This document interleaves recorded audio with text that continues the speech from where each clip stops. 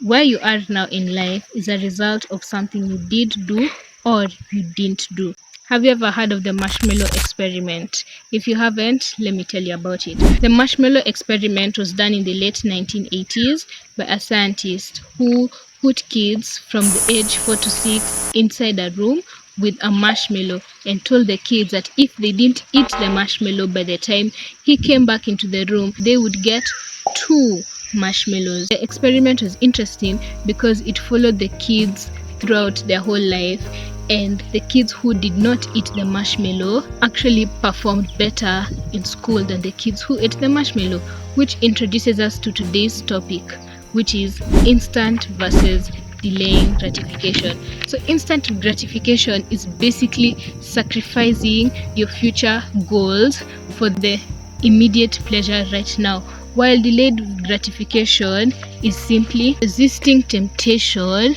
so that you can achieve your future goals and have a long-term reward. Instant gratification is basically valuing the present more than you do the future.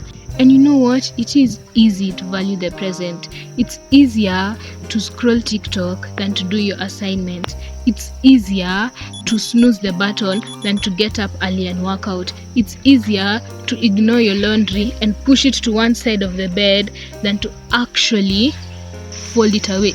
But doing them is signing up for regret, because you will feel bad for not having done your assignment and then getting bad grades, and then you'll regret. Just like a long cycle of endless disaster. It's not easy to do the right thing, but remember that in life nothing comes easily. And I get it. You know, sometimes you just don't feel like it, but it's just a feeling.